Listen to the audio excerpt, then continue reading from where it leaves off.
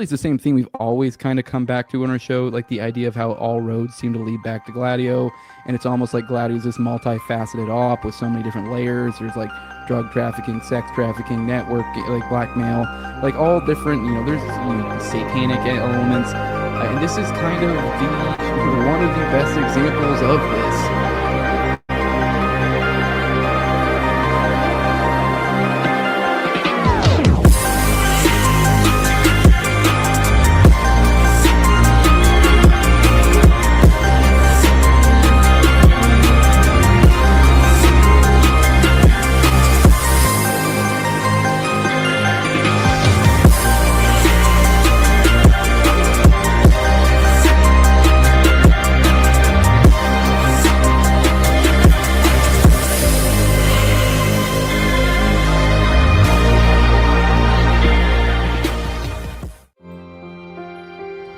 How do you bear to live with what you already know?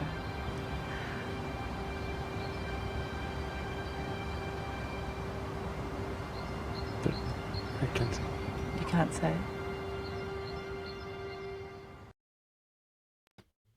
Hey, welcome back to the No Way Jose podcast. Today I'm joined by my friend Austin Picard to continue our series on the Dutroux Affair. Today we'll be diving deep into the backstory of Dutroux, the supposed main character of this series, although I think the real focus should be deeper, and that's what we will be focusing on. But we do want to go into a little bit of the background of Dutroux today. I think he provides a good insight into how these sorts of rings operate, particularly at his level where he was at, and then we have almost a higher level that we'll probably focus on in a later episode, perhaps, of Nihul. Also, with current events going on, man, we sure picked a good time to start this series. And with that, without further ado, let's go and bring Austin in here and get into it. What's up, my friend? How you doing? Dude, you're absolutely right, man. We are in unprecedented, strange times. Am I right? Like, it just feels like anyone who was under the impression that we were potentially in this sort of kind of modern prison construct that we're surrounded by the prison guards who are all unfortunately pedophiles, and the grand illusion is that we have a choice between which pedophiles are in charge of essentially the prison state that we reside in. Like, that's honestly, dude, that's how it feels. Yeah, but it is like, as messed up it almost makes you ache for the the evil lizard people monarchs of old, where we describe the things that we describe that we figure were probably commonplace, where they hunted down villagers and stuff. But it's like, it's almost more fair when it's like a known thing. It's like this big game of hide and seek. It's like, well, that's on you, Bob. You were supposed to keep your kids away from those guys. That's what happens when they find your kids. They murder them and do awful things to them.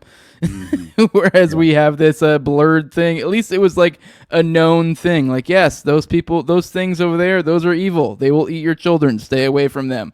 Whereas now it's this, they come to us with smiles and tell us things about democracy and how this is the will of the people to murder and devour and defile your children. So, meanwhile, they're covertly further entrenching underground pedophile networks and operations that extend to the level of promoting human hunting parties in real time, modern day.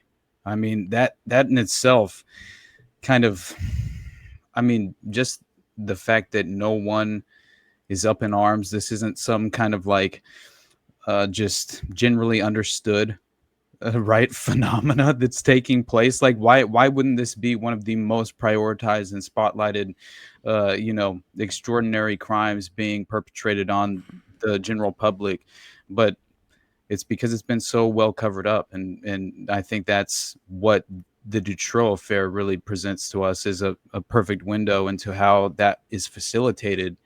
And I mean, even with Epstein being so sloppily mishandled in real time as we speak, like, I still feel like Dutroux is almost a better window into how they facilitate the cover up, because this is just kind of This is a clown astounding. show. Yeah, Yeah, it's not even a. Probably it's such a level of not even attempt at a cover up that really it feels like what we're looking at is the signal that they're telling you is that we're not even trying to cover it up. So that's the takeaway. Whereas the Dutroux thing, they did attempt to. There was some level of cover up, although even then there's some pretty blatant stuff in here. Looking back in retrospect, but. For yeah. 300,000 Belgians to be marching in the streets, right? Like as a reaction to this, and protesting the mishandling of the case, and spraying down the government buildings to basically symbolically wipe the slate clean. You know what I mean? And in a way, it's You may be closer than we think. Yeah. Yeah.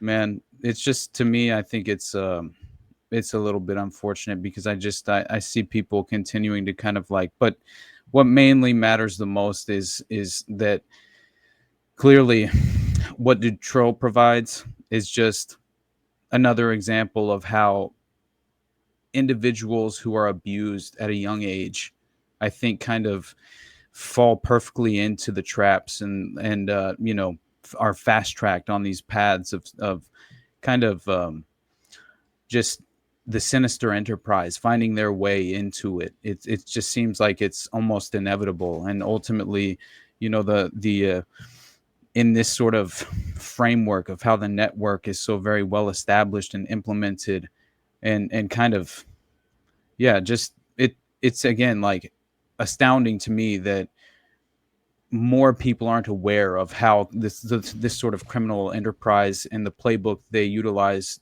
to operate the enterprise is so commonplace, and again, what happened in Belgium. Yeah. It honestly, to have such an public reaction that was so just that's unprecedented. I couldn't even imagine that happening in America. I just couldn't, Well, as we speak right now, as me and you speak, I had to actually put it away for the purpose of this podcast. On probably the largest right-wing, I guess, podcast, you could say. Currently, he's doing his first live stream. Tucker Carlson. Obviously, I know me and you have our thoughts when it comes to him, but at this current moment in time, I think we are pretty much on board with damn near everything he's doing at this very moment in time, specifically in regards to what we're about to talk about. He's having on Martyr Maid, i.e. Daryl Cooper, to give the full take of Epstein. Now, I did think it was pretty interesting. I listened to it, and it was him that me and you recently in Already Dead had talked about the Strange Relations book. It was him that had dropped that nugget where I heard him talk about it on the Horton show. He did drop it again. So he weaved that tale into this full. He was essentially, he's being given right now. It's not even really focused on any of the political stuff. He literally essentially gave, Scott Horton recently went on there and he said basically, hey, give me from the 50s all of foreign policy. He basically is doing exactly that with Daryl Cooper right now, saying just give me Epstein from the jump, just go. And so he's giving him the full off the cuff. Give me Epstein for probably, I don't know how long ago, but I wouldn't be surprised if this ends up being 3+ hours, because that's just, seems like what we're doing. And he brought up the strange relations thing. Now, I find that particularly interesting for multiple reasons. For one, it feeds so much into schizo, noited out type mentality, and, lines up with other things we've seen. It's like, for example, Last Jihad, the book written by the Oklahoma governor's brother, shortly before the Oklahoma City bombing, where Tom McVeigh blows it up. But in this situation, we have Strange Relations by Donald Barr, who this book, is. I guess I'm kind of presenting in a backwards ass fashion here, but Strange Relations is a sci-fi novel where essentially this young man goes to space, and there's this these space oligarchs, and one of the elite aliens ladies takes him as essentially her sex slave, and where they abduct other children and stuff and take them as sex slaves and do this and do that, and then essentially he goes from becoming a victim of this enterprise or whatever, and then he then becomes then becomes a perpetrator, assisting the lady, this older, more experienced figure. And then later, he kind of, then he's the one victimizing. And so it's kind of this life cycle. Now, it looks like when you see this, let's be real, this sounds like the life cycle of someone. This is like when people get into like noided territory, talking about monarch and stuff. They say there's the royal blooded or different there's different terms for it, but like the ones who come from either like royalty or of notoriety, and then you just have like the scum off the street type things. Yep. Now the Donald Barr story is obviously sounds more like, now I don't know his pedigree, his life story, but that sounds more like someone who's put on the nice path. Although I'm sure it was filled with loads and loads of trauma, all the same. Oh, yeah. But whereas now a Dutroux, I think he probably fits the mold of a similar character, but coming from a different place. I do think he is that, essentially what I described, that person going through that, but he's coming from it from a different. He's essentially the guy working his way up in the business that isn't able to go, but my uncle's Tommy, you know him, right? Like, he's just some guy off the street. He's got to earn his fucking take. He's got to, he's got to do the more trauma on children or whatever, and not put out the most information and be the most dissociative agent or whatever, Yeah. So different strokes, but similar in a lot of ways. But I'll pass it off to you, Austin, because I think from there you kind of can tell where I'm getting at. Are you seeing a lot of parallels between these stories? Obviously, it's like we're talking about essentially trafficking rings between the two of them. But I don't know. That is kind of what I described. That Donald Barr, that is the life cycle of a trafficked, that or get murdered, obviously. At some point along the line. But assuming they survive their life cycle, they make it through like a butterfly and make it through all the stages. That's kind of roughly what it looks like. They might start off on a different starting point, like the pauper or the prince, essentially here. The prince being the Dutroux figure, the pauper being the Dutroux figure, the prince being more of the Donald Barr figure. Right. Yeah, and intergalactic child sex trafficking and grooming for child sex trafficking. That's essentially the plot line of that novel, which is just like that alone is just, come on. We cannot. It's literally in Minecraft. It's the in Minecraft joke. It's like, I wrote this book about how we rape children and sold them into slavery and then murder them, and then I was part of it. But in Minecraft, then that's what it says at the very end. In Minecraft, exactly. It's revelation of the method in my mind as well. Like to a certain extent, because so much of it's almost a part of the same mindset and philosophy of like a. Real quick, my bad. I just realized I'm an idiot, and I didn't even explain who Donald Barr is to the audience, and I assume they know who it is. Donald Barr is the father of Bill Barr, who is the AG that was presiding over Epstein at the time of which he was imprisoned and supposedly killed himself. So, and he's also the one, I believe he ruled it a suicide before the investigation was even concluded. So that's how quick they were to wrap it up. He didn't even bother to wait until the paperwork was technically done before he went ahead and ruled it a suicide. So he has a very checkered past. Yeah, and that's Trump's AG, to be clear. That's Trump's AG. So keep in mind, Trump's first administration presides over. Sorry. And then Donald Barr also is the one who gave Jeffrey Epstein his first job too. So that's the full. Exactly. That's how you come to. Yeah, sorry. His checkered past. Yeah, I mean, it's just ridiculous, right? But yeah, what we have here once again is we have a perfect example of, first of all, you have the Trump administration, the first Trump administration, presiding over the Epstein suicide, right, and that entire scandal and the fallout. And then conveniently, he comes back into power to preside over the Epstein disclosure, which from day one, we were shouting from the rooftops, like, okay, put the individuals compromised by the Epstein network in charge of Epstein disclosure. That sounds like a great idea, and you see what has taken place. It couldn't be, I mean, more like, honestly, did you hear that Could Patel may literally be a gay spook? Like as if like they just cannot break the cycle of spooks. Like every single one of them, it's like, oh, you want to be the head of the FBI? Oh, do you Do you do? Oh, you do. Dude, Okay, cool. All right, we're good. I'm All telling you right. right now, researching what David Ferry was doing with Tulane University and how these MK Ultra scientists were being employed at Tulane, but operating on these clandestine black sites, but then to run like various experimental testing, and then they would, but still they're accumulating assets and test subjects from Tulane.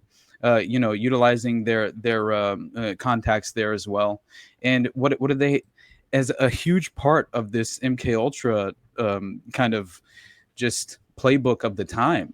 Apparently, a major priority was this extraordinary radical gay conversion therapy, which I thought was very interesting Hmm. in terms of just David Ferry and Guy Bannister and Clay Shaw. They're all gay.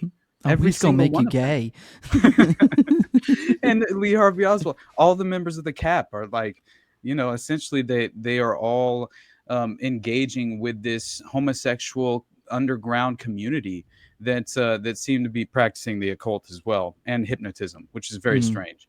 But anyway, that's a little off subject. I'm still Yeah. just the point being is just, I'm not.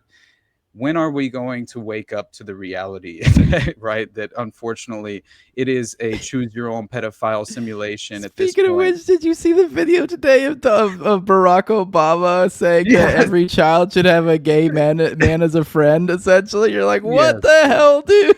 It was so crazy. Like, what are we even Not doing even here? anything against gay men, but what an odd thing to say. I know. And for his No, you should ridiculous, not encourage your children to particularly spend time with adult gay men. for real. And beyond that, his reinforcing example was that he was of college age when he had a college professor who happened to be a homosexual who Well, he had helped a true guide him. nanny. Didn't he have a true nanny? I don't know, I'm pretty honestly. sure he grew up with a true nanny. That was something That we is found so out funny. later. But anyways, we need to get back to Okay, we're my just bad. schizoing out. We need to get back to Dutroux himself.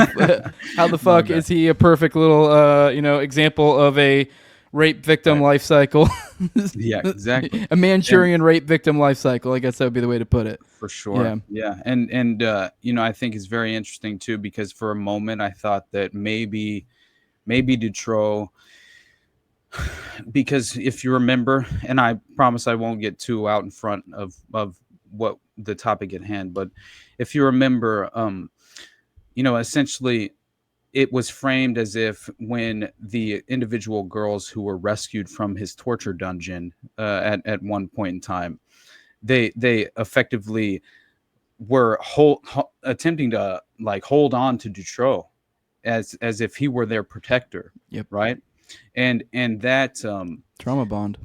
exactly. And now that's exactly what I thought, but I didn't realize to what extent I think he is a complete and total sociopath. Like, and that kind of revealed itself within the context of the trial and certain statements that he made versus the victim statements. But we'll get into that later. I just felt like it was, it came to mind instantly because of what you were discussing with Bill Barr and kind of the path of like these individuals who, he's clearly stating that he was victimized and then legitimately became a procurer for the operation, basically. And that instantly, I think Paul Bonacci, I think these various members, I think Regina Loof, honestly, because she's a victim who's drawn into that exact playbook. But anyway, the direct perpetrators that we should focus on, and just to begin with, and obviously we'll go directly into Dutroux's background because I think it should be a priority if we're to understand how you become a monster. I mean, you always have to ask those questions. And it's the same thing that happened when I looked into Charles Manson's background. I'm like, okay, it's not just MK Ultra. He was pretty violent. He was pretty aggressive. He was showing he didn't even have a name that his mother gave him, like at birth. He was no name Maddox. He legitimately didn't have an identity, and to be a broken person from the beginning is it's some people never had a chance, and it just kind of like it doesn't justify anything, but it's a terrible fact of life, that you kind of have to face and at the very least acknowledge. And so yeah, I think Dutroux was you know, an abductor within the framework of the operation, and so the key perpetrators, I think, are clearly his wife, Michelle Martin, that he marries at a young age. She was only 21, I believe, when he met her, and then Michelle Lilievra is an accomplice as well, who will get into his details, and his introduction of Marc Dutroux to Michelle Nihoul, and how they got further entrenched within the network. And Bernard Weinstein, another accomplice. I think he's more of a lower level, just stooge of Dutroux, who was clearly an abuser and was just benefiting solely from the abduction operation and torture as well. But and then Michelle Nihoul, which has, I think the most extraordinary connections to the higher aristocratic society involved in this. And but here's what I think is crazy. We mentioned the White March, 300,000 Belgians, marching in the streets, protesting. But I didn't also realize the fact that you had such a reaction to this, that the public, apparently more than 1/3 of Belgians with the surname Dutroux, changed their names when this happened. And that alone just is like, it's a perfect symbol. It's emblematic of honestly the sadistic nature of this entire Dutroux affair, and for that to take place, man, like it would be like being called Epstein right now. I would think, it would just be like, what you would have to try and I don't know, it'd be too difficult to live with that moniker, but some of those names, like being a Hitler, like they all changed their names very conveniently. But anyway, he had a lot of like juvenile run-ins, obviously Dutroux did. And, I thought that was kind of notable, obviously, but he's born in, it was 56, right? He's born in 56 and basically in Brussels. So he's almost 70 now. I think he's 69 right now. He's still in jail. So yeah, that's crazy. I know. It's just fascinating to think of, actually, that he's still alive. Just that alone is just. Anyway, so his parents were Janine Lewins and Victor Dutroux, who both were apparently teachers. And that's interesting to me because Michelle Martin, who he later marries as his second wife, which I didn't realize for a while, that he was previously married and had 2 children, I think, prior to that. I didn't know that either. And but yes, she was a school teacher. But to me, I thought, oh shit, like this is a potential avenue to procuring more children. Well, obviously, I mean, like, hell, we've talked about True Detective so many times. Like, that's like the through line. You find out near the end that like the guy worked for a school, and I mean, it makes sense. He kind of, if you are trying to prey on children. Dude. Yeah, that's crazy. The groundskeeper for the school, right? Wasn't that the plot of that first season? And yeah, it goes to show how Spoiler much. alert, sorry. Right, yeah, sorry, but yeah, like a Larry King, it proves out that what do? They'd flock toward these child care organizations. Jimmy Savile, right? Oh, they're providing millions to these charity organizations for children. And I think that's more of a red flag than where are they getting at that? Yeah, for a whole lot of access to kiddos. Exactly.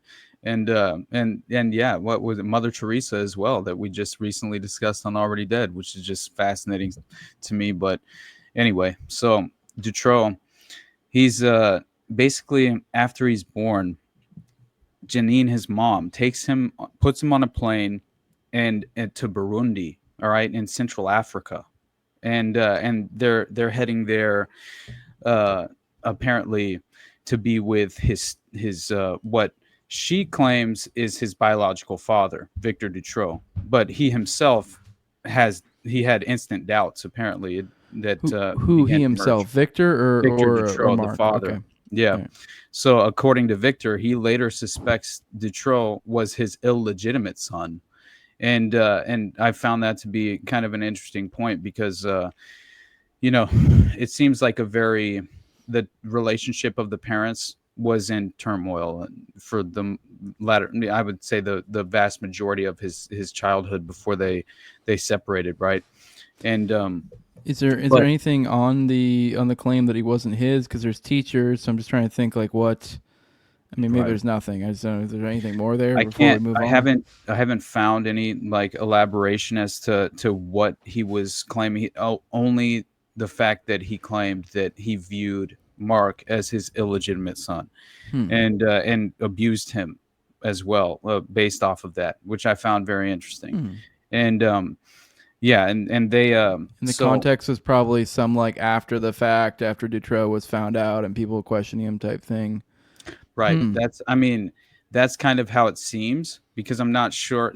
There's no Yeah. date on when those claims were made by And it's Victor always so Dutroux. hard with a language barrier too, because you're like, what does that mean? Like, what do you mean by that? Like, I don't Exactly. know. Yeah, like, No, I even read yeah, some of the articles, and it's like clearly this is a translation that isn't yeah. quite fully. Yeah, because I'm trying to wrap my head around it. Like, is that like, oh, especially if you think about antiquated views, especially in children and like discipline, how Mhm. it could be like, and if like a language barrier, if it's like your child you just got found out was like literally raping and beating children and murdering them, and you're like, Right. and especially in a time where it was considered appropriate to like beat your kids, and if you didn't, you weren't doing your due responsibility.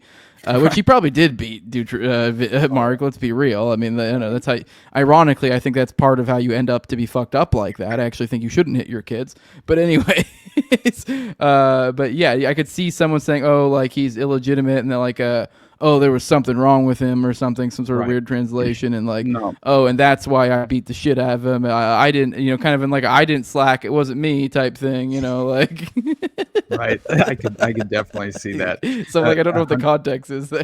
Like, I will say he definitely left the family yeah. before Dutroux even got became of age and was able to kind of even.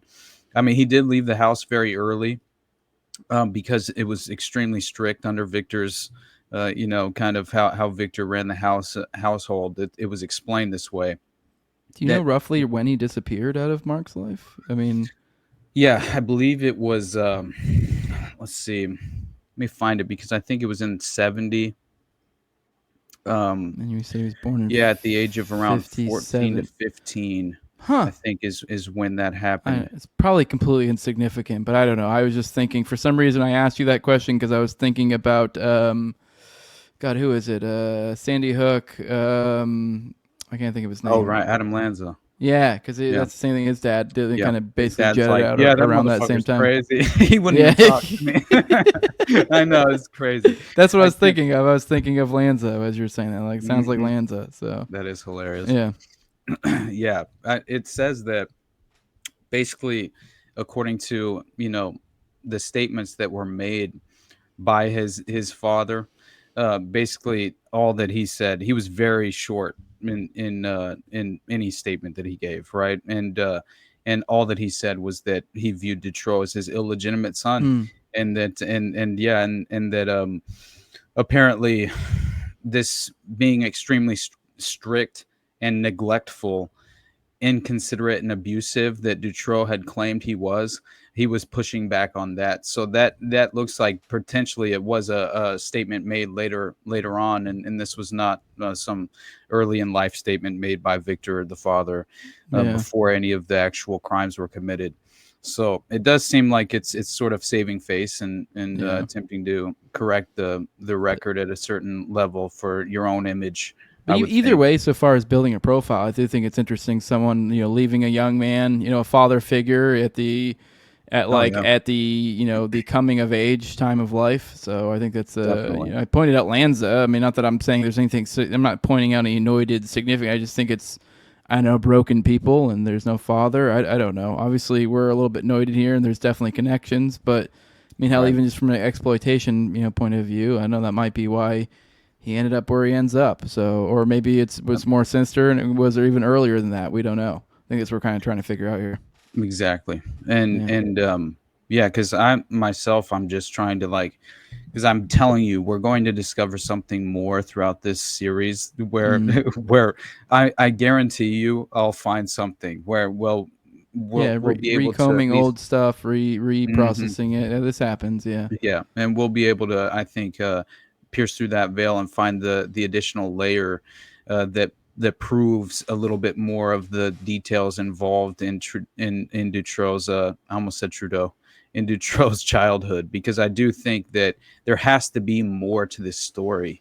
And the fact that it's so difficult to find much of his history up to the criminal cases. It's like, man, most of it is just given by the victim witnesses themselves as far as his own personal background. And so that's been a little bit difficult to come by. And I think that all part comes of with the Europe's territory. hazy too, like that time period, That's that what I part of mean. Europe. So it's like Belgium, literally dude. there's lore. Like I know you probably obviously were looking into that. I know like part of Dutroux's lore is that like it's kind of unknown when his like crime spree technically started, because it is like implications that there's illusions from certain claims of like previous convictions, but you're like you can never find receipts, and then you're like, so wait, what the fucks? And you're like, like completely uncertain how many children he actually even like raped or did this, and then there's all these claims of other like, oh yeah, we saw him over this other area around here, and he was clearly trying to solicit young girls and like shit like that. So just like with the Odyssey Foundation and John David Norman and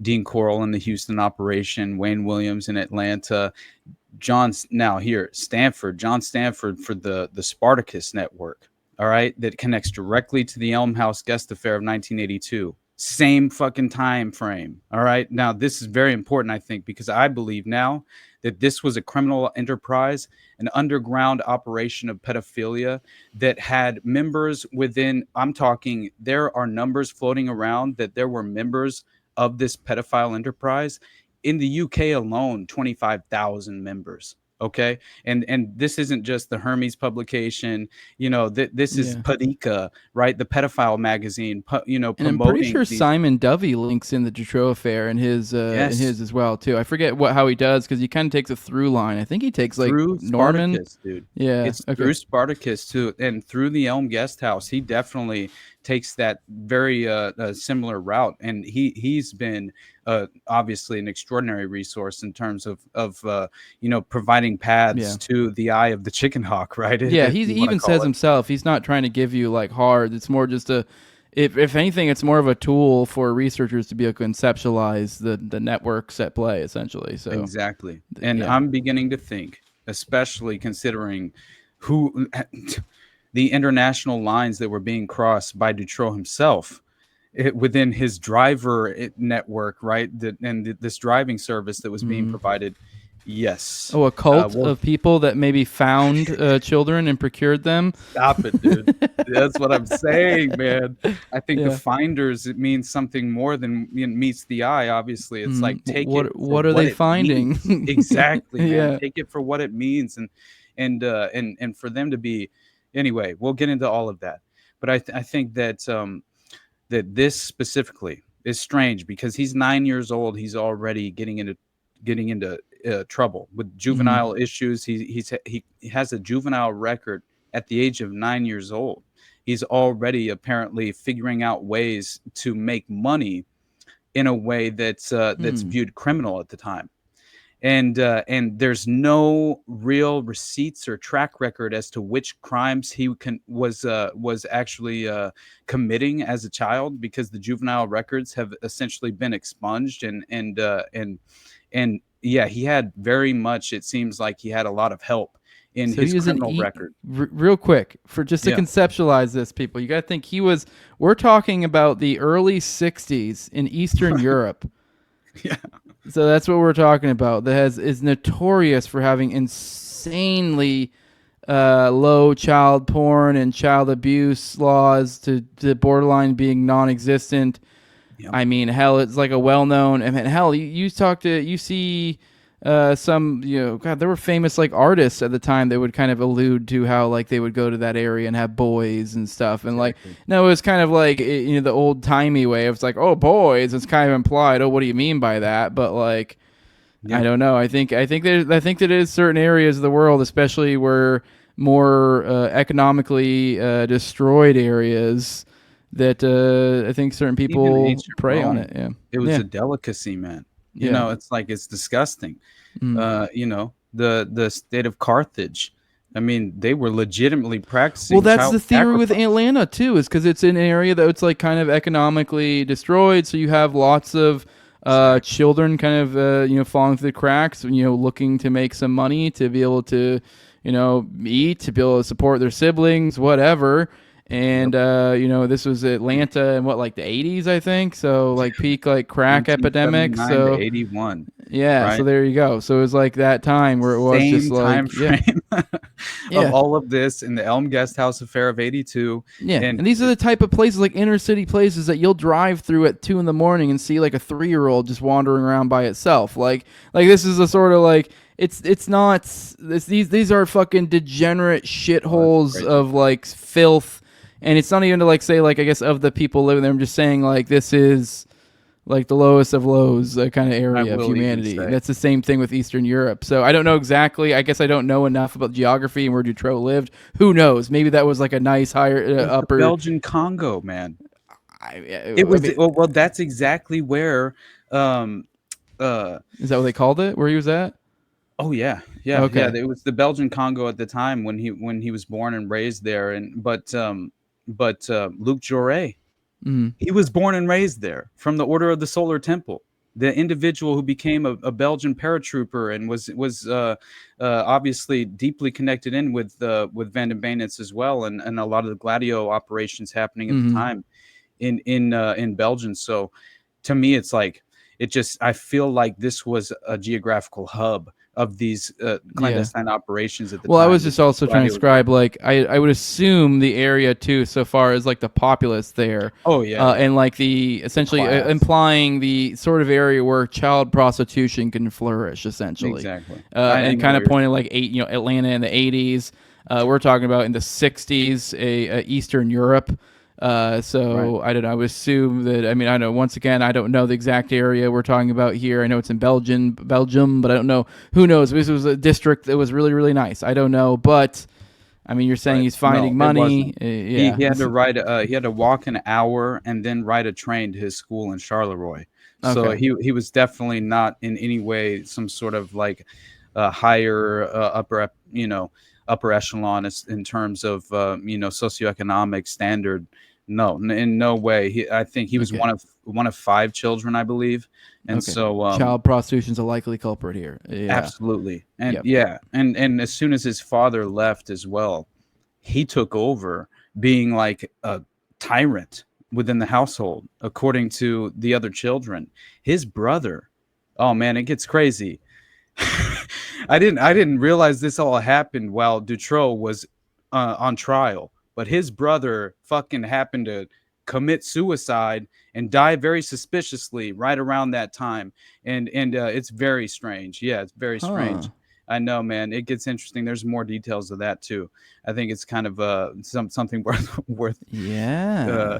talking Because about. it's But like, I mean, I don't know what the brother that implies. There's some like deeper.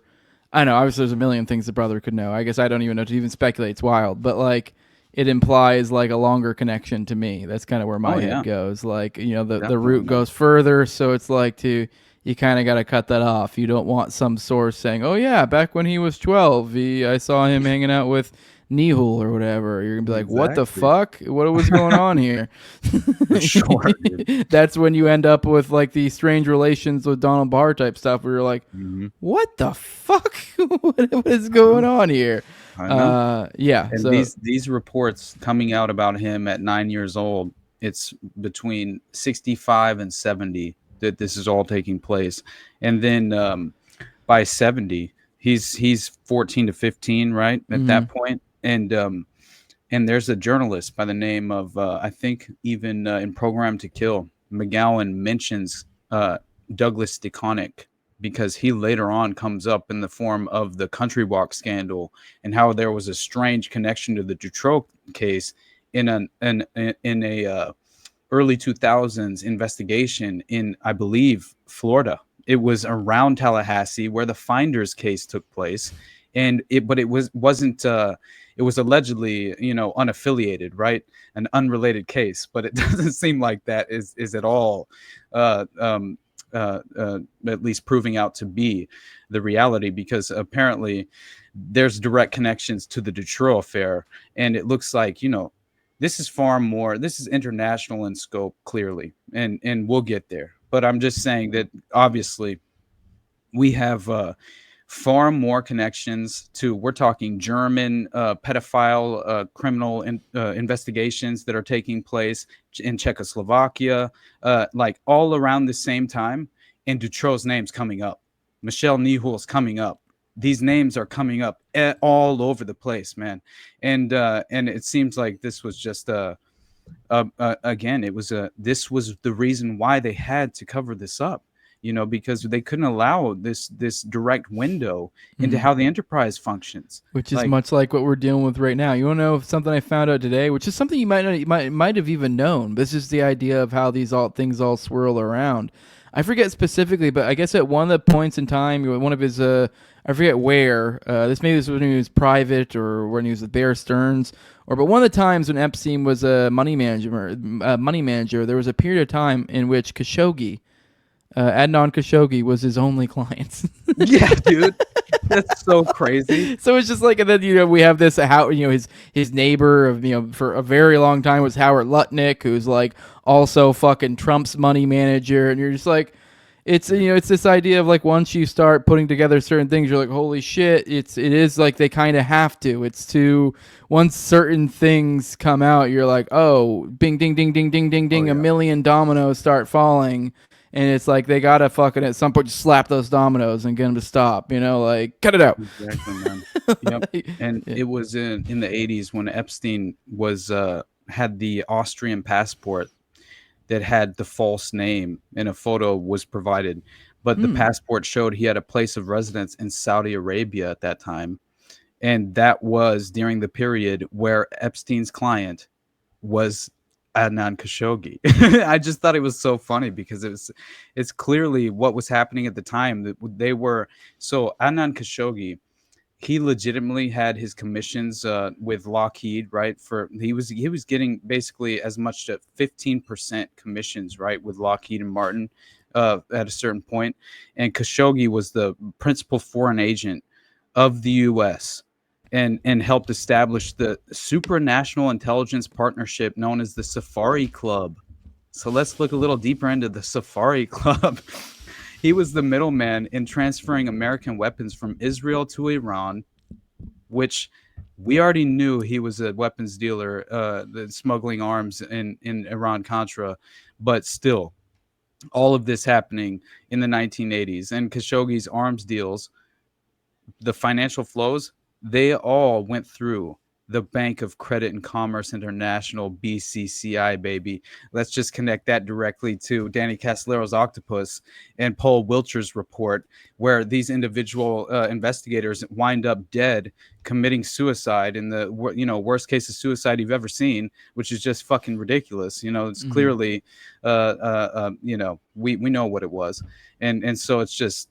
Anyway, at this point, I'm sorry, but it's good. I'll bring it back. I know you're. I see what you're doing. You're like, oh shit. Now how do I get back? Let's go back to Dutroux. We'll bring it back to Dutroux. I took us a little bit off, and then I think you jumped off of it. Then we got a little bit too far adrift at sea there. I brought up the Epstein Khashoggi connection just because the idea of you were bringing up that Dutroux's coming up and all these things. And this idea that you just be like. It becomes more and more undeniable. This guy starts showing up and everything. The connections become more and more clear, and you're like this one little domino. So it is like this needs to get scurried and get taken care of quick before more things get pieced together, which is kind of the point I was making at, where you're like, once you start realizing, you're like, wait, especially like, with the Epstein thing, like the domino that dropped, and now everyone's starting to question reality and go, wait. Maybe Trump is the bad, and then everyone, even including us, are noticing like, oh, even this connection. Okay, yeah, that is pretty. So it is like that's the same thing with like Dutroux thing. Like once that's out, people start connecting things. So you need to wrap this up quickly. So kind of makes sense why there's so much scurrying to get shit done. But anyways, back to where they were kind of they were looking around. He's popping up in all these different places to start back up on, because as far as just the thread to directly pull, I think, at this moment is when essentially at the age of 14 or 15, he is apparently, and this is in, I believe, 1970, maybe 72. That's the window of time where this is taking place. And this is according to this journalist that was Douglas DeConnick that I mentioned, that was directly, utilized as a source by Dave McGowan and PTK and Program to Kill on this, and he further, I think, even I believe he went. He followed this DeConnick, this investigative journalist, into like this deeper layer that provided a further connection to Dutroux from an American, clearly an investigation in Florida, which I had mentioned before, that seems to be, implicating the same network. So that I found very interesting and worthwhile in noting, but we'll get to it at a later point because DeConnick will come back up. So, but it is interesting because according to him, and this is in 70 to 72, Dutroux meets an old pedophile around, and they're saying he's an intergalactic warlord that takes him under his wing. Exactly, right. And this is at his school in Charleroi, so he's still a young child, and they say this was likely a male teacher, right? That was, so again, it's providing the path of. This strange, the avenue of the teacher, right? Being Epstein was literally a teacher. Those his first jobs. Interesting, man. It definitely is, and so Dutroux, a teacher for the elite. So and Dutroux felt the need to deny this later. Apparently, he denied the fact that he ever met this grooming pedophile of old, right? That potentially was his mentor. But I would likely. We'll have to further probe this, I think, because honestly there has to be a name somewhere. But anyway, you weren't able to find a name before, so that's all we got. I can't find a name of this teacher, and it's driving me insane. But as far as Douglas DeConnick, like, he's a legitimate journalist that you should be able to trust. I would believe at this point, considering what I've read from his work. So I'm not questioning that, but I will say it's always better to legitimately have a personality and an individual identity to provide. But anyway, point being, hopefully that does come in the future. But still, Dutroux did come out and feel the need to deny that this ever happened. And did it feel like a doth protest too much type moment, or not? Oh, really? Definitely, absolutely, yeah. Like, why would you even feel the need? Like, whoa! I raped and murdered those children, but I didn't do that gay stuff with that one dude. Exactly. Like, what the hell? Dude. And it's so fucking terrible. Like, later on, as far as in terms of just like what he actually had the audacity to claim during the course of the trial. Throughout the course of the trial, at one point he says that he kidnapped another victim in '96 to find one of the original victims. I believe it was let me find her name, Sabine Dardenne, who was one of the original victims who was discovered and was still alive. Right. And she came forward and was one of the 10 who had the gumption to make a statement and testify. And he claimed that he had kidnapped another victim in '96 to find her a friend, which is just like that in itself. Right.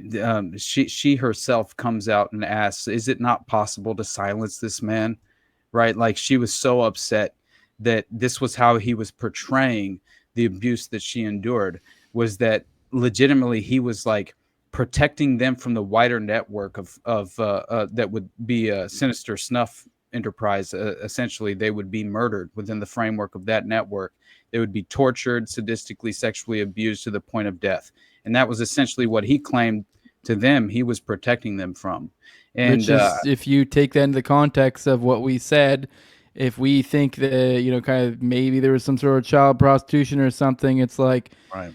While we are like, obviously this is evil, and it's like, I know this is kind of the evil of evil as they draw in people into it, and that like he could have literally started as a victim. And so like you might see it like, that's deplorable, that's awful, but like in a certain fucked up kind of way, that's like, he's kind of possibly correct in that like he is probably trying to make moves in his own sick way to protect them, while in some way he feels compelled, and in some real sense he probably is sort of compelled to some degree, because I mean, I don't know, you don't get to that degree in a network without having done hordes and hordes and hordes and hordes of unspeakable things, many of which they probably have proof of you doing. Oh man. And you've already compromised yourself to such a degree to that point. But it's like, I don't know, just that slow little, I know you almost kind of, it's hard not to somewhat feel bad for these people, but at the same time, it's like, when you do take into account that a lot of these people did probably, like, they were literally that victim that they're now looking at now at one point. So it's just this vicious cycle that keeps coming around and around. But I'm telling you, buddy. yeah. I know, So point being is there's some truth to what he's saying, possibly, unfortunately. Yeah. So Unfortunately, I think there might be as well. And that's why when you read so much of the statements of Paul Bonacci, you know, members of these networks like a Regina Loof, like, man, you know, you do realize, well, first of all, you have, like, to me personally, to watch the interviews of Bonacci, it was like he died many times inside. You know what I mean? It was like, it was so tragic, man, to see it in his eyes, you know. But to have, like, to know and learn that what you did, and you knew what you were participating in was so sinister and wrong, you know, in every way. It's just like you're a broken person, you know. I just can't even imagine what that would be like, dude. But I know he himself, like, he's talking about witnessing you know, the legitimate child torture and murder, right, where he's like helping Larry King. They're picking up children at the Denver International Airport after they fly to San Francisco and pick up is it real quick? Is it Denver the one with all the spooky lore behind it, or no? Oh hell yeah, it is. Okay. Yeah, it has, I didn't even think about that. All the yeah. times we've probably talked about the Denver airport in connection with this, and never, even though, oh yeah, that's a spooky one, because that's the one I was Yeah, going to man. roll my eyes about. So That took way too long to develop, and there were a lot of different strange deaths that occurred on the site, which is very strange as well. Beyond the fact that they have all this crazy occult imagery that they have plastered on the walls in mural form, it's very strange. Like, and that was one of the main sacrifice, and that was one of the go back and forth nexuses for him, wasn't it? Right? Am I for correct? Franklin. Yeah, Exactly. Which is it to me. That's knowing pretty fucking interesting. Oh yeah, but again, we've been discussing these geographical hubs of clandestine covert operations, and I think that, you know, Denver clearly would. It's these around these airports as well, because it's very easy access, I would think, and well, and transportation. We've talked about the finders, transportation. Like, that's part of that is. I mean, let's be real. If we're talking like a giant cult, a grand conspiracy, you would the transportation. You know, the transportation would be a huge part of it. The money would be a huge part of it. The security would be a huge part of it.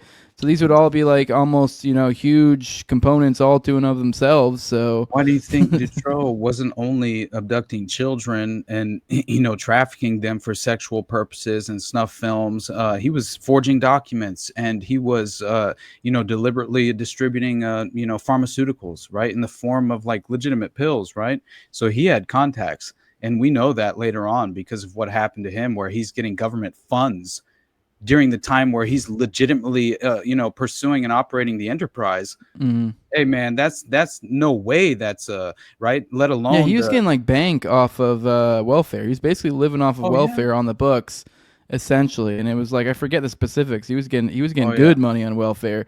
And then obviously, let's be real. And then you look at all his properties and stuff, and you're like, this is a man on welfare. That's kind of the so and he has to his name maybe a few odds and ends. You know, electrician or like handyman type jobs, you know, of any legitimate, like so far as a resume, and the rest is just, him doing whatever. So, he definitely was receiving. I have the note at some point in my notes where he was directly receiving these government funds and subsidies in order to, and even worse than that, he was receiving basically these psychotropic drugs, and essentially they were mind control drugs that were effectively being distributed to him by contacts that he had within the government. And I found that to be very interesting because of how many contacts he had while he was in prison, who were kind of orchestrating his kind of what seemed to be a very like he had like a manicured. It was very he seemed to be just apart from the general pop when he was dealing with his first criminal consequences, right, from the original trial. But we'll get into that as well because it is crazy stuff. But I do think that it is notable and very interesting. And at one point, I will bring forward the actual note of how much he was receiving from the government at that time and what the real details were of that, because it's very strange.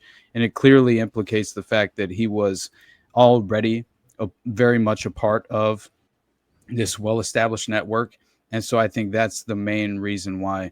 But the only final point I want to make before I get back to Dutroux's kind of background and him meeting this. By the way, I think we need to understand the criminal organizations involved. I think the mafia was very much involved. The organ, and understanding now kind of how the Dallas mob met with the Chicago mob, who were kind of like orchestrating and in an alliance with these various. They just have certain areas in the country where they're domestically in operation actively, and I think that that's where their contacts reside, and they clearly kind of facilitate the networks through these hubs strategically. And that's what I kind of realized after like looking into the Odyssey Foundation with the Atlanta case recently, because it just very much seemed like, okay, I'm witnessing the organized crime syndicate in operation, like actively at this moment. It felt like this is where Chicago meets Dallas, because honestly, what happened? Jack Ruby from Chicago with mob affiliations goes down to Dallas to commit the JFK the Oswald assassination, right? And while he's just kind of like making his way and strategically, positioning himself within the area, who does he rent an apartment from? John David Norman, the individual who's running the Odyssey Foundation, right? This massive pedophile underground network that it's just like, man, that is clearly a signature of organized crime. There's no way that it's not. I don't know how it couldn't be. So anyway, that point, and then just Benassi himself, obviously, claiming that he witnessed all of this, picking up, victims from the Denver International Airport, picking up an actual director who he said was a film director who they utilized very often in San Francisco, and then having a discussion. His role was to have a discussion with the child victims that they procured and to discuss with them, oh, is this your first sexual experience? Like, he's legitimately, the way he's explaining this and describing this in the video interview that I watched, he knows what he did.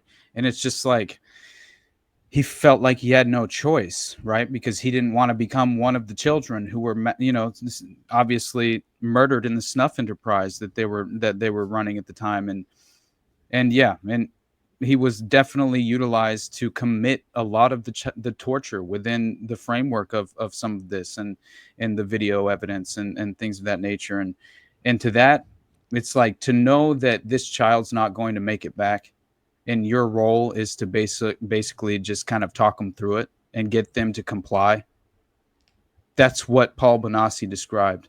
And it's just like, at that point, we're witnessing something that has been around for it's just like, this is nothing new, and we just need to kind of like come to terms with that, unfortunately, and then only then will we be more open and willing to kind of engaging and entertaining the concept alone of how these sinister enterprises operate. And then that's what, unfortunately, we have to get to that point. It's like, at this moment, and I know this is a cop-out because I desperately do want to be a father at some point soon, it's like, but it's like, I've personally, after discovering so much of this, it scares me so much, brother. You know what I mean? Like, it honestly does.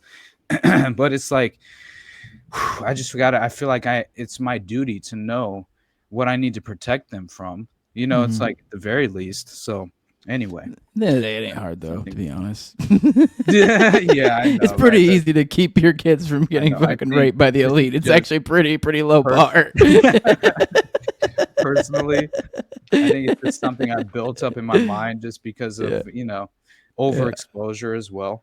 I've had to shake a few of them away. They get the hell out of here. But for the most part, Oh God. as long as you tell them you love them and you're there for them, they're generally okay. It's really not too much to be concerned about. You just do the best you can, and yeah, I don't know. Try not to hit them, and you'll be good. But all right, let's bring it back to the monster, and bring it back to the comical period in time where he's saying, "I so didn't get raped." Right. But obviously that was the last. I think we talked around 15. Obviously, I know we're missing a period of time because I think the Dutroux Affair is probably more around his like late 20s, early 30s. So we have that period of his like mid to early 20s and then his late teens that were still kind of absent. So I don't know if you have any more thoughts on that. Apparently, when he meets this, was that a black hole? Well, when he meets this old pedophile at his school in Charleroi, he's like, again, 14 to 15, and at some point, Dutroux's parents, that in 72. So this is it has to be he's like 16, maybe 17, but it seems like it's around 14 to 16 that's when his parents separate and Victor leaves the house.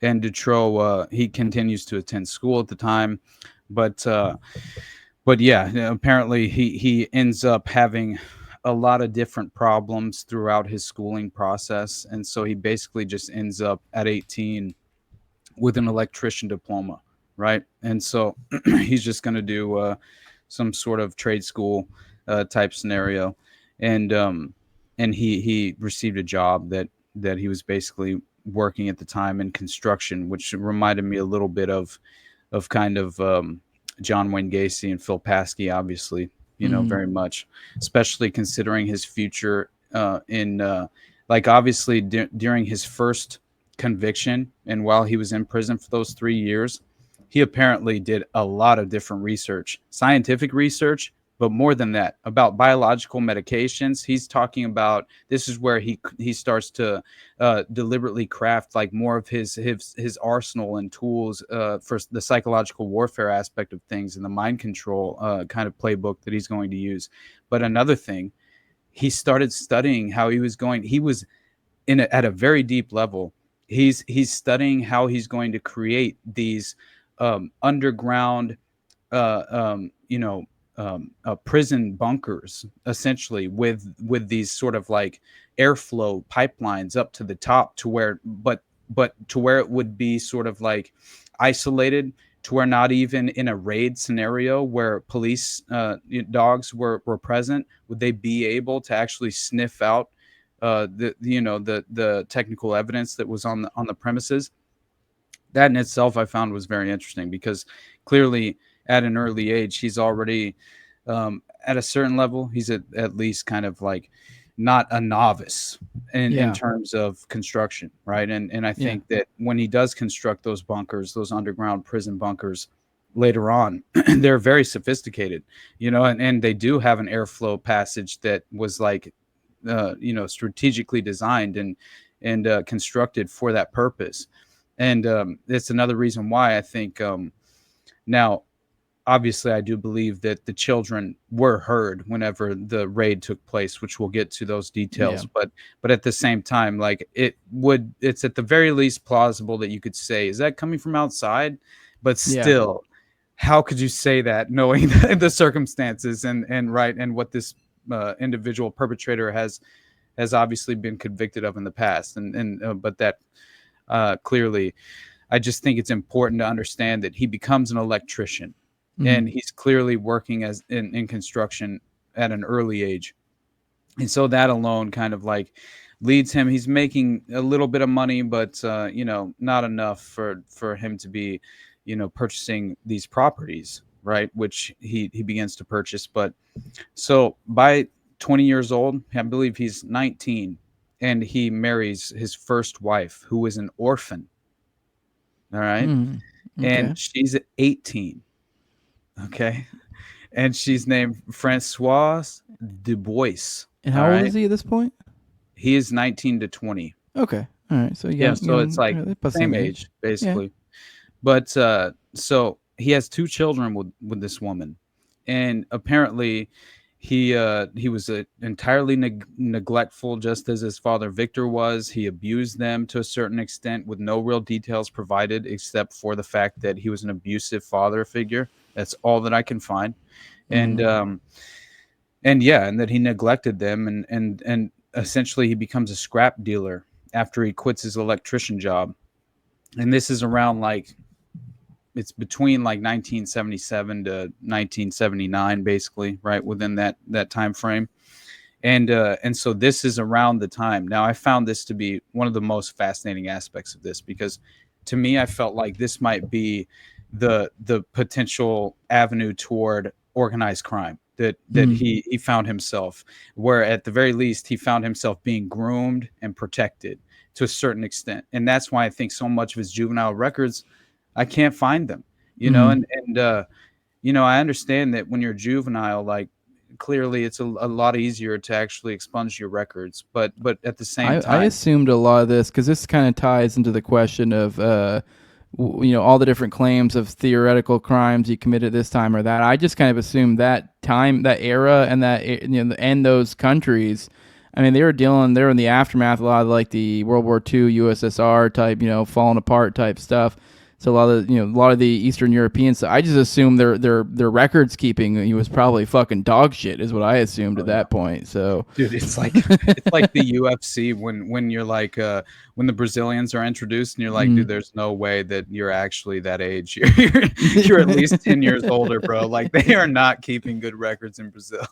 Yeah, That's honestly what it feels like. But who knows? It does seem like I think definitely, if you consider just like even the Inslaw scandal, right? The case management software, like, clearly this is not at a moment in time where it's very just kind of a simple and I would just what's the better way to describe, where it's just a very easily accessible in terms of the criminal evidence and right cases fuck you know what I'm saying, where just as far as like case management software didn't exist, so you have to actually physically go and find the criminal background and the records of the cases and various it things says that no one's going to call you on it. It's the same idea as like where Biden was saying crazy stories on the campaign path that like I swear it was like 5+ times, or like people were like, here's this story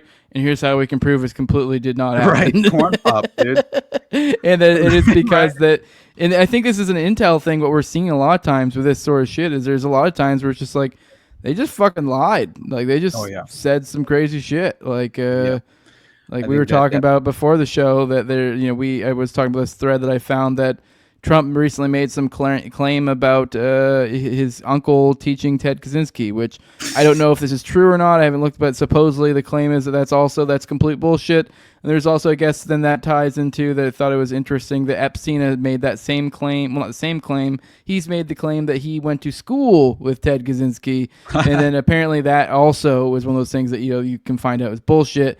Obviously, I think Epstein's probably some sort of intel as well. And I think that's the thing, is that they just make shit up. And sometimes it's to fill whatever reason or another. Like, I don't know what the context was when Epstein said that, but hey, he got hired at a super young age for a prestigious school as a math teacher. I could totally see someone asking about that and like, yeah, I was really good at math. I was in the same class as Kaczynski. And they're like, oh, okay, wow. Right. So, exactly. And then it people just said shit lore. Like this. Yeah, it adds to the lore, yeah. Yeah, it really does. Who's going to prove you wrong, Ted Kaczynski? Yeah, exactly. Right. Dude, I wish, man, that we could have at least attempted to, because I heard he's a very great pen pal. He's very willing and open to kind of responding to you. I would have loved to have actually attempted to have a conversation with him at one point. That would have been nuts. But anyway, whatever. We all know what happened there. But I do think that this is a strange point in Dutroux's life, that as far as just after marrying his first wife, because not only is he he basically just becomes the scrap dealer, and he's a what I think he's basically, what he's doing is he's stealing cars and essentially removing them of their parts and gas cylinders and various different things that he was utilizing to actually sell privately, and this was all just his early version of a criminal enterprise to kind of Whoa. finance his life. I don't know why, but I never put. Maybe this is stupid, and I should have put this two and two together forever ago.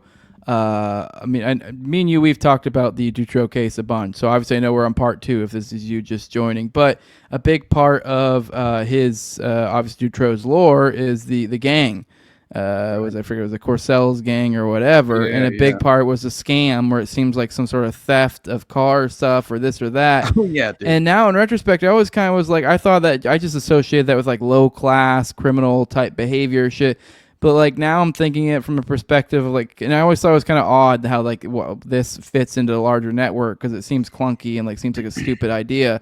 But now in retrospect, if you're doing, it's the same idea as like money laundering essentially. It's exactly. Like it's a or like filing off a serial number off of a gun. It's the idea of like, hey, we need cars that are not associated with people. Exactly. Like that's what we need. And like, so I mean, they could be stolen, and so they can be associated with some crime somewhere. I mean, that's right. But now you're in a much more dubious, and like, yeah, maybe you might end up having trouble. You're like, why are all these stolen cars here? But now it's a whole other big thing you have to, a thing open as opposed to direct connection garages from car to person or whatever. Right? Yeah. And to that point, Dutroux had multiple garages, and some of those properties. He owned a garage, and across the street, another garage was owned by an asset directly answering to Dutroux. That 100% happened. And whenever that happened, there were these teenagers who their car got stolen by Dutroux and Weinstein. They find out where it is. They go back and steal the car back from Dutroux. And then Dutroux finds them, rapes them, and murders them, and steals the car back, dude. This 100% happened. I couldn't even believe that was a part of the story. But as far as whenever that comes up, it made a lot of sense that that's how they would utilize kind of like the operation in itself. There's plausible deniability built in. It's so they have these assets around the same area that they're functioning and facilitating the enterprise to kind of not only have watchful eyes, but also have assets in place. If anything were to occur, you can clearly rely upon the additional assets to provide I mean, worst case scenario too, you can always go, oh, if say something gets found out or this or that, as long as I guess the VIP is not associated with it, you're like, oh, some stolen car or whatever, associated with some other vague crime, make it look like something else as opposed to being connected to people, Right. But, so honestly, for the sake of time, we can just, we can focus on this last connection right here with what I think kind of provided Dutroux with the introduction to the organized crime syndicate in the area. I think this potentially could be the time that this took place, which was basically by 79, which if you are to listen to Regina Louf, X1, right, from the X dossier, Dutroux was, and she claims in the late 70s. So this perfectly, aligns as far as corroborating evidence. She claims in the late 70s that Dutroux could be found at an apartment of Jean-Michel Nouhoul, a place her mother, Christiane Louf, had taken her, and others were seen there by her, including Antoine Tony Vanden Bogaerts, which was the family friend who apparently her grandmother had provided her to at a very young age, who had a key to her house, who would just come and pick her up right at any point in time, and I think began to implement the alters. Right, we'll get to all of that later, but she said that she saw not only Dutroux there in the late 70s at Michel Nouhoul's residence and apartment, but also She saw Tony Vanden Bogaerts, Michael Vander Elst, and Annie Booty. All right. And so all Mm-hmm. of these individuals, they play prominent roles later on. But Dutroux, it's interesting because it was he's going to these ice rinks, okay, these ice skating Yep. rinks, and this is all happening around 1980. So it's around the same exact time that X1 Regina Louf is claiming that he's already affiliated and hanging around Michelle Nihul, although they would claim later on within the context of the trial, they never even met each other until the early 90s, right? Which is just a total fabricated lie, and we can clearly prove that out. But still, the point being is that she's attempting to provide us with a legitimate window into the fact that this enterprise was well, just as far as it was a go and well established already by 79. And so that I think is very important, considering that he doesn't receive a prison sentence for his first criminal conviction until like 88 or 89, I believe. And only gets 3 years, right? Serves a third of his sentence, but we'll get there as well. But the point being, Dutroux's frequenting these ice skating rinks where the story is he trips young girls in order to touch them, right? So he inevitably gets banned from this ice skating rink. Now, it apparently it gets even more strange because he knew the owner of the ice skating rink, and later on it seems as if the owner was potentially involved with organized crime, because this is where perhaps Dutroux was granted his protection, and the grooming into the enterprise began. And so it's he preferred the skating rinks in Vorst and Montigny-sur-Sambre. I don't know at all how to pronounce these. In 1981, he would also go ice skating in Brussels. In Charleroi, he had played on the Okapi ice hockey team, which was apparently unusual for his social economic status at the time. And By the so way, that in itself, on the claims of the ice rink ones, did you cross? I believe there was one story. I forget. There was one girl who I believe managed to survive some encounter like that. I believe, and she oh yeah, describes no, somebody he who gets just a sounded criminal. just like him. Oh, Yeah, he gets in trouble. yeah, And so that's he the gets one his I'm ass recalling. beat So, yeah, actually by her boyfriend. yeah. Beats his fucking ass. It's hilarious actually, and because at a certain point it was bound to happen. Yeah, and they just And describe him by like names or his cover. Like we don't know for certain that it's him, but it's like based on descriptions and this and that. It's like and the time period and I know the profile. You're like it was probably him trying to get girls during that era, mhm. and yeah, But they're saying that at this time in 80, he's 21.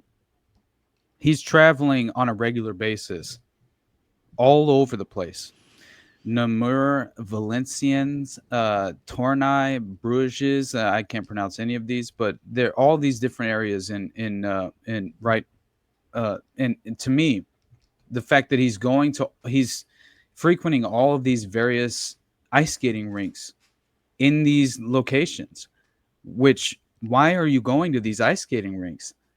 That's just first off, like how could you not ask that question at face value? But anyway, I did think that was interesting that he's just traveling around at this point to ice skating rinks. Very which strange. is at this point in time where he would have totally have made the switch from procurer. Like it Oh is yeah. like he perfectly all the things from the outside looking in, he just kind of perfectly follow the rough profile that me and you would lay out for the child abuse victim to procurer. Already And then been stealing working his way cars, up. Yeah, like scrapping them since he he was was a kid. innovating. He was like starting to Yeah, dude. forge past to whatever the next fucking step was. He was It's like building up Barry those Steele. skills like a Skyrim character. Like For real. It really was. It was like, but that's like a spotlight to the yeah, spooks, man. They just go viable asset. Hell yeah. yeah, Like they honestly, and they put you on a fast track, yeah. and that's exactly what happened to Barry Seal. You basically you possess these certain characteristics that are very much valuable to us within the framework of covert operations. Of course, like a photographic memory was always one of the things that they would acclaim was a character trait that they were looking for.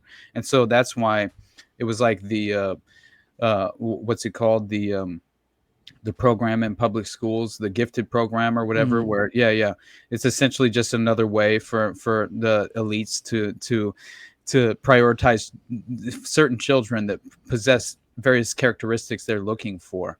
And that's a reality, unfortunately. But anyway, so Dutroux, this is the case where he gets his ass beat.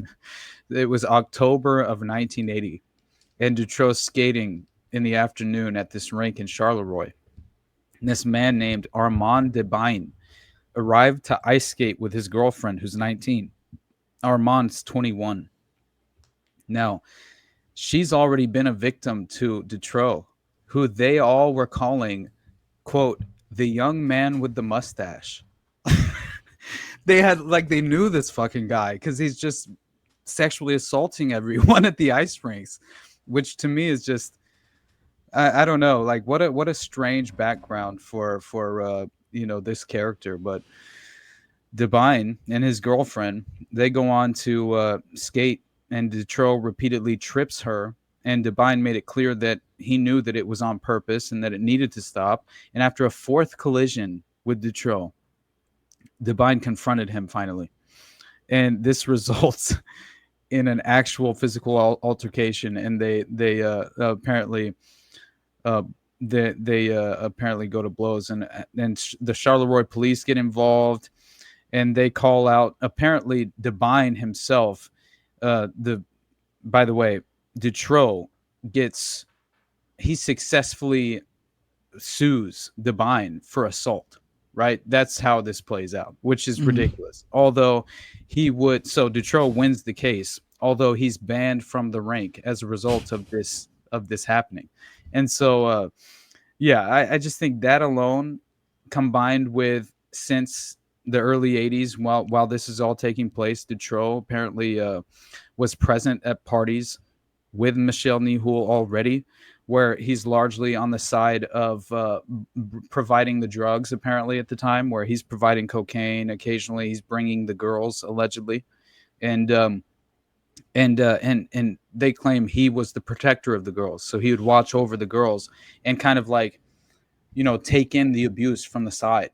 That was how it was described by even some of the victims in the X dossier, which I found very interesting. But it was by 83, I believe, that, first of all, before he gets divorced from his first wife, he's already driving around in a van with a mattress in the back. This is in 1981 to 83. So to me, I felt like Jimmy Savile vibes all day long. Like this is exactly what he was doing. He was driving around with a mattress in the back of his van, and he was just parking outside of child care organizations and orphanages and female infirmaries or whatever the hell they're called, and it's just like sickening to witness sort of the playbook of the pedophile, right? And it's the same thing with the former John Wedger, the former ex-Scotland Yard detective who basically was deeply involved, and he comes up in the context of this case actually in terms of some of the connections to Abrasax, right, and the high priestess of the order and things of that nature, and also the raiding of the Dutroux properties. But it's important because he provided like this very interesting template into how the pedophiles in the UK were getting away with their sinister operations. And basically they had this strange playbook they were utilizing where essentially on this certain area they would have a houseboat, and basically they wouldn't have to register as a pedophile, and this was sort of the loophole that they were utilizing and continuing to abuse children, via that playbook. And it's just never ending, my friend. You know what I mean? Like we will just continue to consistently find these unfortunate rabbit holes that, at the very least, thankfully, it's about knowing your enemy. That's what it boils down to for me, and the art of war. And if we are to become men who can live, based on worthwhile ethical principles and practice them on a daily basis, it's, we're obligated at this point. That's my personal opinion. Mhm. And these child victims, they deserve that much. 100%. That's how I feel, brother. All right, Austin. Okay, so we got up, I believe, to early 20s. Is there anything meaningful? The only thing I can think of that maybe would be is, I don't know, was there any blurbs, I guess, on like the divorce, and then anything on to the new wife? Did he have kids there? I'm trying to think if there's anything we missed up until essentially the period that we usually start at when we talk about the Dutroux Affair, which we'll probably get into the next episode. We were just kind of leading up to it, background of Dutroux and the like. So.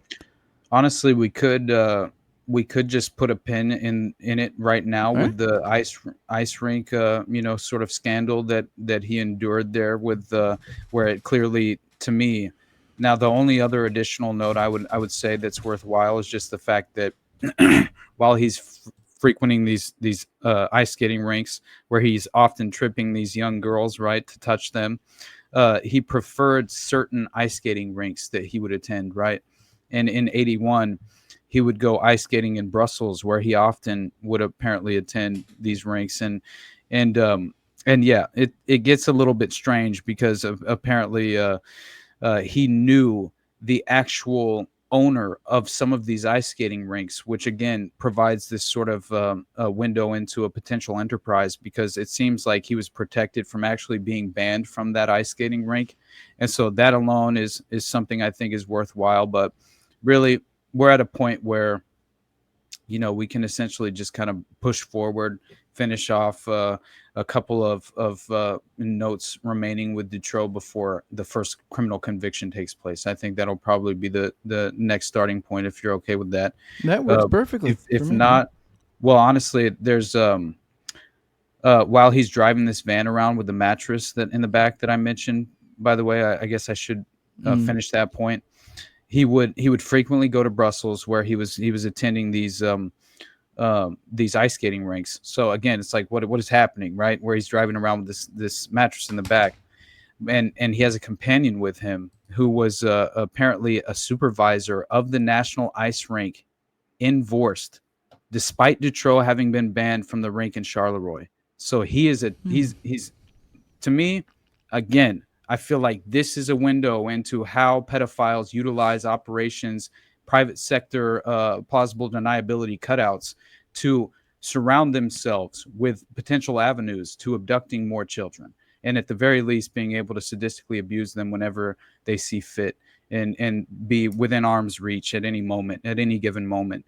And so that I felt like is at least one more point. But yeah, we can basically start off in around there in 82, 83, and finish off after we for part 3, if you're okay with that, man. Yeah, sounds good. With that, Austin, where can people find you at? I'll get you on, see, maybe actually get you on another one within the week, since maybe while it's still fresh in your mind, so you don't have to dig back through that. But yeah, Austin, let people know where they can find you at, maybe what you're working on or whatever you want to tell the good people of my audience. Sounds good, brother. Yeah, I mean, everybody, you guys know the Underclass Podcast, the best place to find me, and the best place to support me is for sure the Underclass Podcast on Patreon.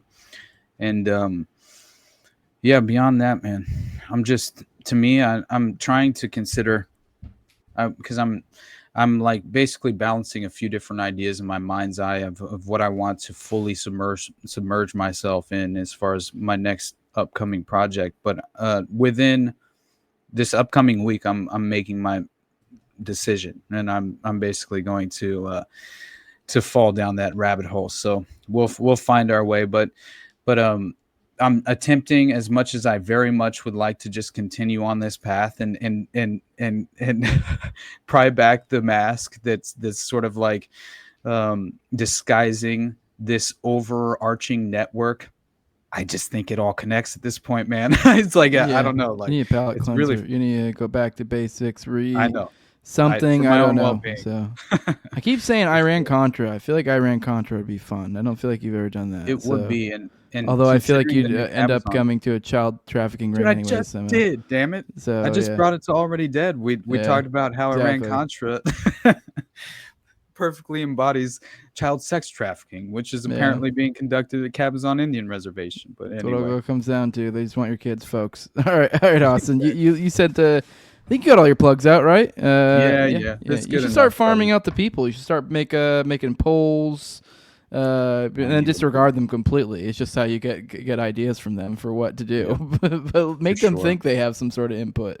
But you're just farming ideas from them. You're right. But for those who want to support what I'm doing over here, if you like what we're doing, leave a like, share, subscribe, comment, leave a 5-star review on iTunes or Spotify. You can follow me on Twitter as well at TowerGangJose. Those are all steps you can do that don't cost you a single buck, don't cost you nothing. It's all free. That's easy peasy, and all those things help me out. But if you really, really want to help me out in the best way you really possibly can, you can do that with money over at patreon.com/nowayjose2020. The lowest level is $2. That gives you access to early episodes just like this one. I usually do about 2 of these a week. Keep about 4 or so behind the paywall at any given time. So that's weeks of paywalled content. You also get access to the ad-free RSS feed. You also get access to Telegram, access to the call-in show or to the pre-show, and priority for the call-ins on me and Austin's weekly live call-in show, Already Dead, which just goes out on Tuesdays at 9:30 p.m. Eastern on both of our platforms. And at the highest level are my sponsors. I read them off every episode. Is a big thank you to them for all their support. I have my who used to be my co-host on Tower Gang at Learn to Toad, also at ApplicatD's, at ZOVRECK, at _InfantZeal, Tim Tuttle, at Jolly on Klebold, Will Bell's Delicious Blueberry Rabbit Eye Wine, big fan of the show Torn May, at Wayne, WAYNE, Taculus, and then Jordan Peterson. And with that, guys, we're going to get out of here. Love you all. We will see you soon. Bye-bye.